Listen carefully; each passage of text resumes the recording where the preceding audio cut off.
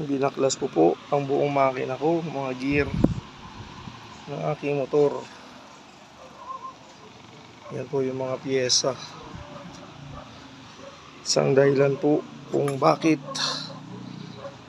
ayan, baklas na baklas ng mga makina. Connecting rod, okay pa. Dahil yung bearing ko sa loob dun sa may gear, ayan po yung nangyari. Kaya pala sobrang ingay. Wala na palang mga crown yung bearing. Ayan. So, nung nag-change oil ako, kumalat sa loob ng yung mga durug-durug na bakal. Sobrang vibrate.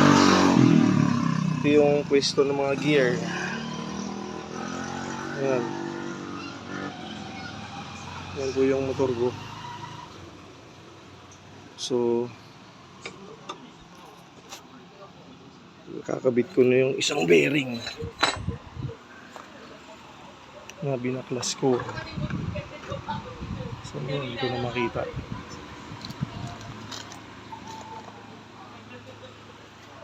Opya. Saan yung bearing? Wala pa. Okay guys, hanapin ko muna yung bearing sa motor ko at para makabiyahe na bukas. Dahil yan.